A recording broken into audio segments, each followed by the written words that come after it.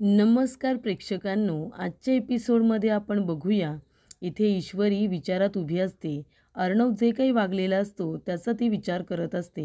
ती म्हणत असते की हा भडकूचंद असा का वागत होता, म्हणजे त्यांना काहीतरी बोलायचं होतं पण न बोलताच निघून गेले. नम्रता येते आणि विचारत असते, ईशू काय झालं ग, कसला विचार करतेस? तेव्हा ईश्वरी म्हणत असते, ताई तुला माहिती आहे का, आज भडकूचंद आहे ना, थोडा विचित्रच वागत होता. म्हणजे ते आले माझ्याजवळ बोलायला. त्यांच्याकडे बघून असं वाटत होतं की त्यांना माझ्याजवळ काहीतरी बोलायचं आहे, पण ते न बोलताच निघून गेले. आणि नंतर तुला माहिती आहे का, माझ्या आईबाबांचं लॉकेट तिथे त्यांच्या टेबलवरती पडलं होतं. म्हणजे त्याच्याकडे बघून मला असं वाटलं की त्यांना माझ्या आईवडिलांच्या लॉकेटबरोबर काहीतरी करायचं आहे. तुला माहिती आहे, मला वाटलं काय बाजूला फेकून द्यायला निघालेत की काय.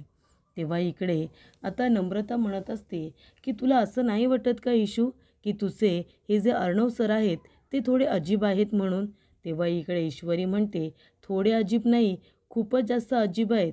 तुला माहिती आहे का, मी त्यांना विचारलं की सर तुम्हाला माझ्याशी काही बोलायचं आहे का, तर ते म्हणाले की नाही मला काही बोलायचं नाही आहे. पण त्यांच्याकडे बघून असं वाटत होतं की त्यांना माझ्याशी नक्कीच काहीतरी बोलायचं आहे. तेव्हा इकडे आता नम्रता म्हणत असते की इशू, मला असं वाटतंय ना की अर्णव सरांच्या अशा वागण्याच्या मागे ना काहीतरी कारण असणार आहे. तेव्हा मला असं वाटतं की त्यांच्या आयुष्यामध्ये असं नक्कीच काहीतरी घडून गेले ज्याच्यामुळे ते असे वागतात.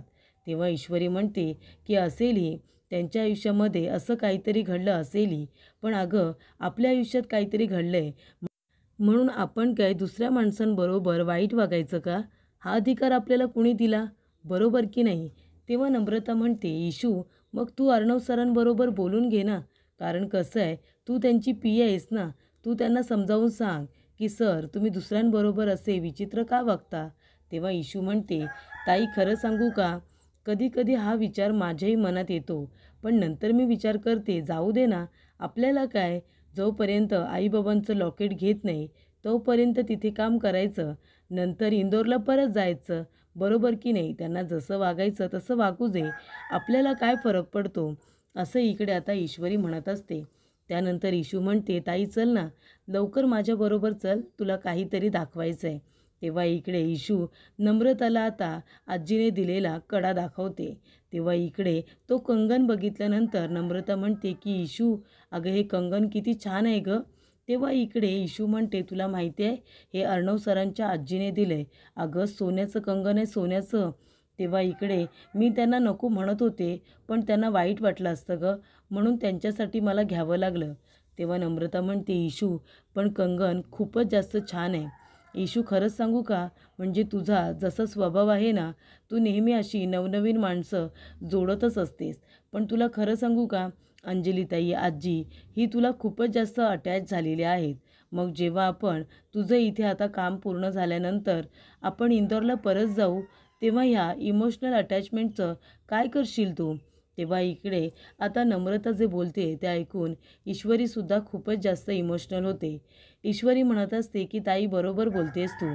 आजी अंजलीताई या दोघीजणी खरंच खूप चांगल्या आहेत आणि माझ्याबरोबर खूपच जास्त अटॅचसुद्धा झालेल्या आहेत. हे कंगन मी नसतं घेतलं ना, तर आजींना खूप वाईट वाटलं असतं.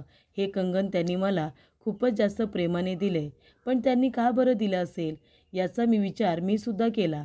पण त्यांनी मला हे स्वतःहून अगदी प्रेमाने दिले असं त्या मला म्हणाल्या. जेव्हा इकडे ईश्वरी म्हणाली की आजी हे काय देताय तुम्ही मला, नाही नको नको, एवढं महागडं कंगन मला नको. तेव्हा आजी म्हणाल्या, अगं हे मी तुला बक्षीस म्हणून किंवा मोबदला म्हणून देत नाही आहे.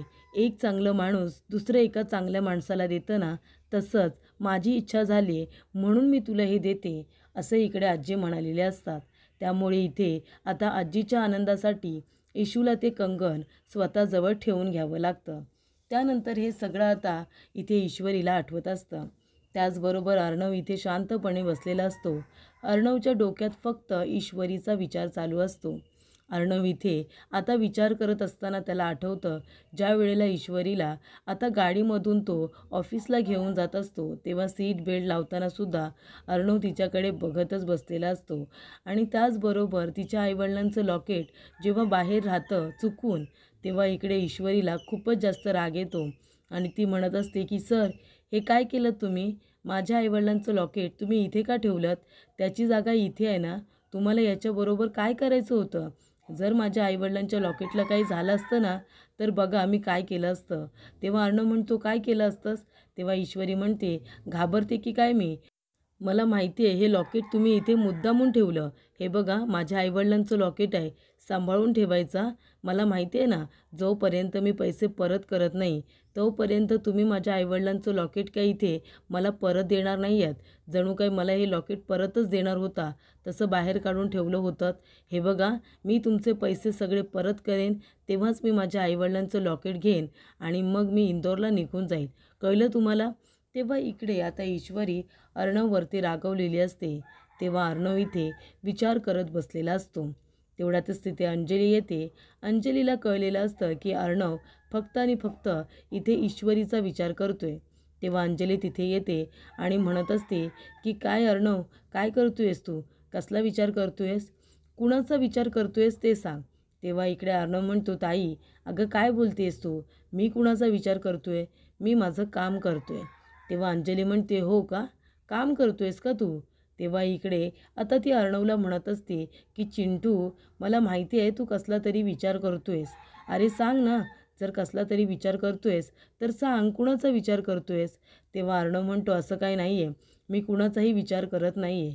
तेव्हा अंजली म्हणते, मला माहिती आहे ना, तू ईश्वरीचा विचार करतोयस. तेव्हा अर्णव म्हणतो, का? मी तिचा विचार का करेन? मी असं काहीही करत नाही आहे. तेव्हा अंजली म्हणते, मला माहिती आहे ना, तू तिचाच विचार करतोयस.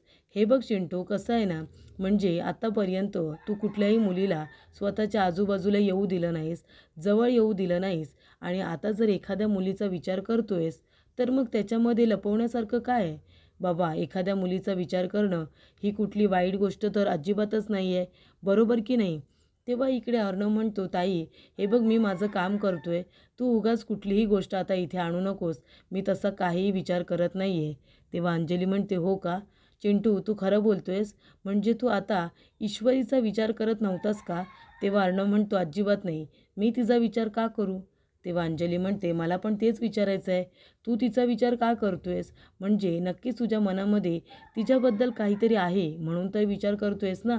तेव्हा अर्णव म्हणतो, ताई प्लीज गुड नाईट, जा तू सुद्धा झोपायला जा. तेव्हा अंजली म्हणते, ठीक आहे, आता मी जाते झोपायला. पण बघ हां, तुला जर काय माझ्याशी बोलायचं असेल तर तू बोलू शकतोस. तेव्हा अर्णव म्हणतो, ताई मला काही बोलायचं नाही आहे. तेव्हा अंजली म्हणते, ठीक आहे, पण लवकरच मला तुझ्याशी काहीतरी बोलायचं आहे. आता सांगत नाही आहे, वेळ आल्यानंतर मी नक्की तुला सांगेन. तेव्हा अर्णव म्हणतो, ठीक आहे, वेळ आल्यानंतर तुला जे काही सांगायचं आहे ते सांग, पण आता मला काही बोलायचं नाही आहे. तेव्हा इथे अर्णव म्हणतो की मी कामात आहे, तेव्हा तू जाऊन झोप बरं आता. तेव्हा इकडे अंजलीला आता अर्णवकडून ऐकायचं असतं की तो इथे ईश्वरीचा विचार करतोय. ईश्वरीबद्दल अर्णवच्या मनामध्ये सुद्धा आता काहीतरी इथे फिलिंग्स निर्माण झालेल्या आहेत. पण इथे अर्णव तरीसुद्धा तिला नकारच देत असतो. तो म्हणत असतो की नाही, माझ्या मनामध्ये तसं काहीही नाही आहे, मी इथे तिचा विचारच करत नव्हतो. तेव्हा अंजलीला माहिती असतं की अर्णव फक्त आणि फक्त आता ईश्वरीचा विचार करतोय. तेव्हा इथे अंजली म्हणत असते, अरे ईश्वरी खरंच किती चांगली मुलगी आहे, तुला माहिती आहे ना? मला तर ती खूप आवडते आणि आजीलासुद्धा. मग तिच्याबद्दल जर विचार केला तर काय हरकत आहे? तिने आपली किती मोठी मदत केली आहे. आपल्या आईचं एवढं जुनं बिघडलेलं मशीन तिने नीट केले. तेव्हा अर्णवला आठवत असतं, ईश्वरी म्हणत असते की सर, हे मशीन मला वाटलं म्हणून मी नीट केले. ते प्राइजलेस आहे, त्याची किंमत होऊच शकत नाही. त्याच्यामुळे मी जी मदत केली आहे ना, त्याचीसुद्धा तुम्ही पैसे देऊन इथे आता किंमत करू नका, तीसुद्धा होऊ शकत नाही. त्यानंतर इथे अर्णवला आता ईश्वरीची खूपच जास्त आठवण येत असते. इथे आता ईश्वरी आपलं काम करत बसलेली असते. तेवढ्यातच तिथे शलाका आलेली असते. शलाका इथे ईश्वरीसाठी कॉफी घेऊन येते आणि म्हणते की ईश्वरी. तेव्हा शलाकाला बघून ईश्वरी खूपच जास्त खुश होते. तेव्हा ईश्वरी म्हणत असते, अरे शलाकाताई, तुम्ही कधीपासून जॉईन केलं? तुम्ही कधी आलात आणि कशा आहात तुम्ही? तेव्हा शलाका म्हणते, मी एकदम व्यवस्थित आहे, माझी काळजी आता करू नका. आणि खरंच मंजूताईंच्या बहिणीच्या घरी राहत होते ना, मंजूताईंची खूप मदत झाली. आत्तापर्यंत मी त्यांच्या इथेच राहत होते.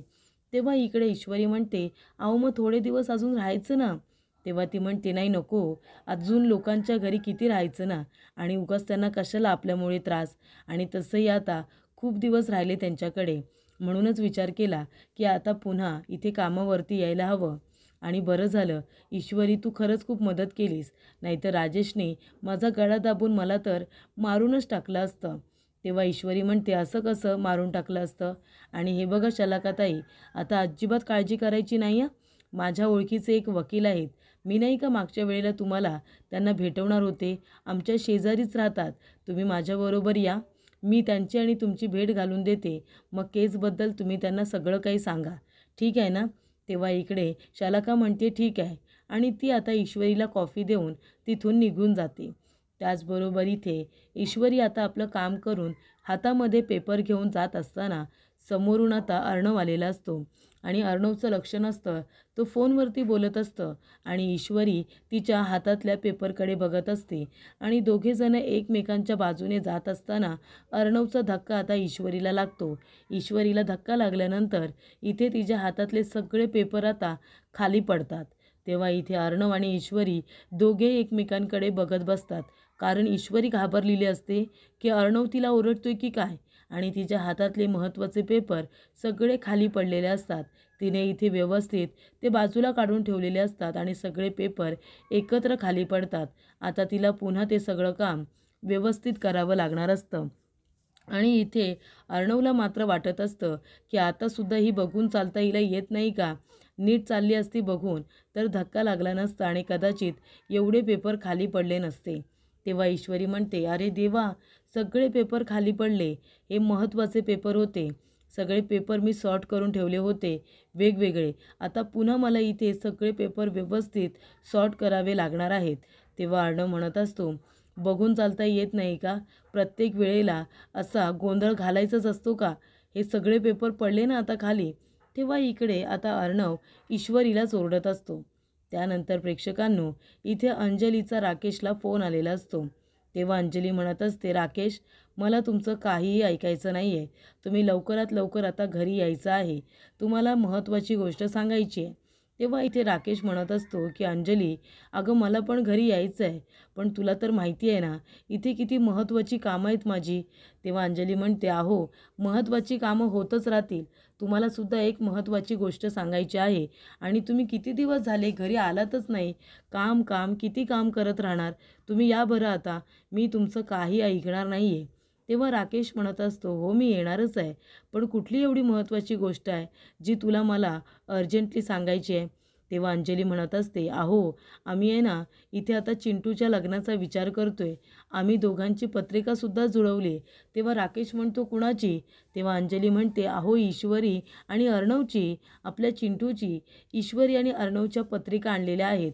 आता गुरुजी एकदा का रामनवमी संपल्यानंतर इकडे परत आली की ईश्वरी आणि त्याचबरोबर अर्णवची पत्रिका त्यांना दाखवली की मग लगेचच त्यांच्या लग्नाचा एक चांगला मुहूर्त काढू. तेव्हा इकडे ईश्वरी आणि अर्णवच्या लग्नाची गोष्ट ऐकल्यानंतर राकेशला खूपच जास्त राग आलेला असतो. तो म्हणतो, काय ईश्वरी आणि अर्णवच्या लग्नाची बोलणी करताय तुम्ही? त्याबद्दल इथे आता मला काहीच माहिती नाही आहे. तेव्हा अंजली म्हणते, अहो असं काय करताय? मी तुम्हाला सांगितलं होतं ना की आम्ही अर्णव आणि ईश्वरीच्या लग्नाचा विचार करतोय म्हणून, मी आणि आजी. अहो तुम्हाला माहिती नाही आहे, अर्णवलासुद्धा ईश्वरी आता आवडायला लागली, म्हणजे तोसुद्धा मनामध्ये तिच्याबद्दलच विचार करत असतो. आजी आणि मी, आम्ही दोघेजणी खूपच जास्त एक्सायटेड आहोत. त्या दोघांच्या एकदा का पत्रिका जुळल्या ना की मग लग्नाचा मुहूर्त काढायला आम्ही मोकळ्या. तेव्हा इथे राकेशला काही आता ऐकवत नसतं.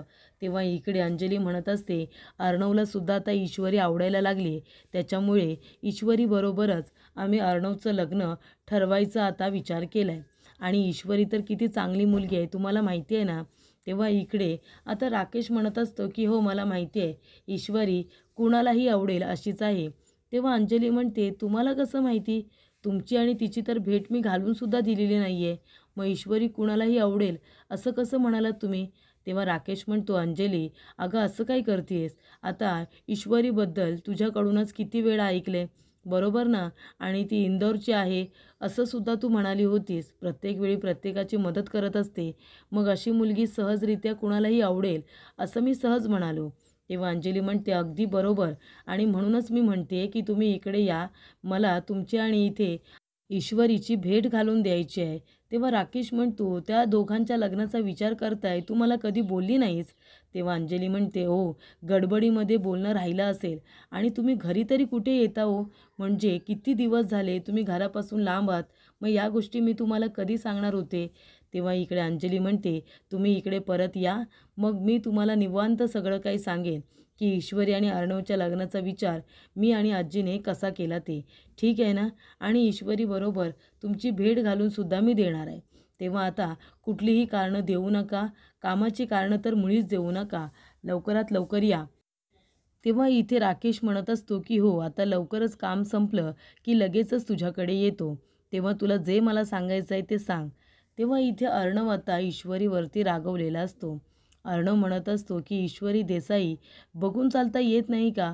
प्रत्येक वेळेला काही ना काहीतरी गोंधळ घातलाच पाहिजे. आता एवढे सगळे पेपर सांडले ना?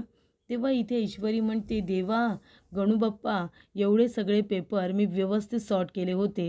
हे सगळं काम मीच केलं होतं ना. आता पुन्हा मला हे सगळं काम करावं लागणार आहे. आणि ती खाली बसून आता सगळे पेपर उचलायला जाते. तेव्हा अर्णवकडे ती रागाने बघत असते. जो पेपर उचलायला जाते त्याच बाजूला अर्णव आता चालत असतो. तेव्हा इकडे ईश्वरी म्हणते, सर, हे काय करताय तुम्ही? महत्त्वाचे पेपर आहेत ना, त्याच्यावरती पाय देताय. तेव्हा इकडे अर्णव आता ईश्वरीलाच ओरडतो. त्यानंतर इकडे राकेश म्हणत असतो की चला, म्हणजे इथे आता माझ्या या मूर्ख बायकोने ईश्वरी आणि अर्णवच्या लग्नाचा मुहूर्त काढायचं ठरवलं आहे. पण मी अजिबात असं होऊ देणार नाही. तर इकडे आजी आणि अंजली या दोघीजणी आता ईश्वरी आणि अर्णवच्या लग्नाचा विचार करतायत. या दोघींची दोस्ती आहे, चांगली मैत्री आहे. त्यामुळे आता मला काहीतरी करून अंजलीला गप्प करायला हवं. अंजली एकदा का जागेवरती बसली, मग ती म्हातारी एकटी काय काय करणार आहे?